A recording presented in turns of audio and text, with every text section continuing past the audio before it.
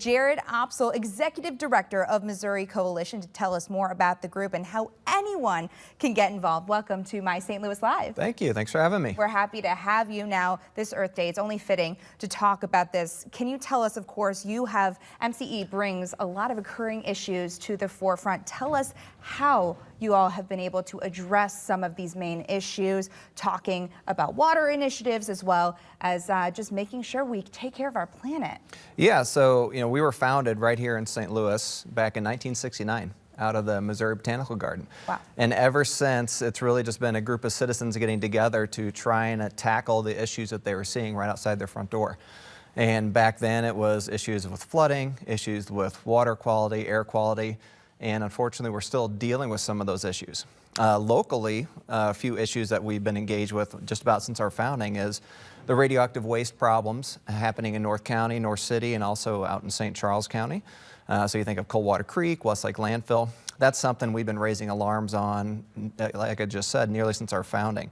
And we've had some recent success addressing some of those issues, which is, we're very, very proud of. Sometimes it takes a long time, but that's why we're here and that's why we keep engaging.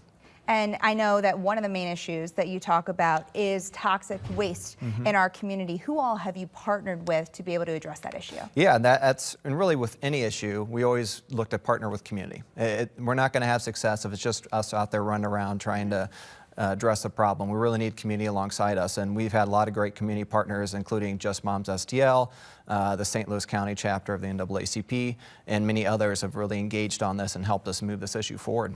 What about extreme urban heat? That's something that you have been addressing as well. Yeah, and that's something that us looking at the data and seeing what problems are on the horizon, we saw that heat-related illnesses and deaths kept increasing. It's been a couple decades of increases. And obviously we've seen temperatures increase during that time too due to global warming. And you really think about it as what is our day-to-day life going to be like come every July and August? Are people going to want to go to a Cardinals game when you just had 2 weeks of 100-degree-plus weather? So it's what can we do to adapt to this changing environment?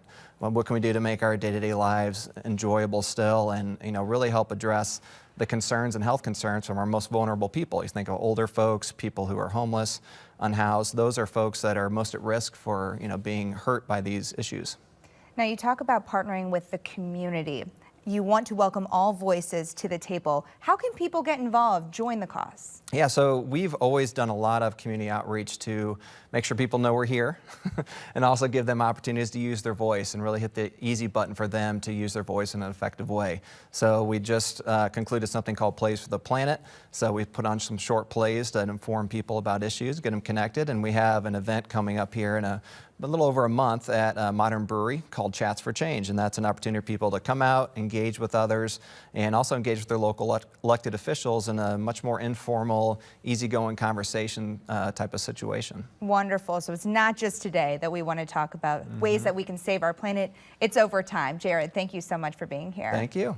Well, for more information and to get involved, just visit moenvironment.org, and we will post this segment at firstalert4.com/mystl live following the show.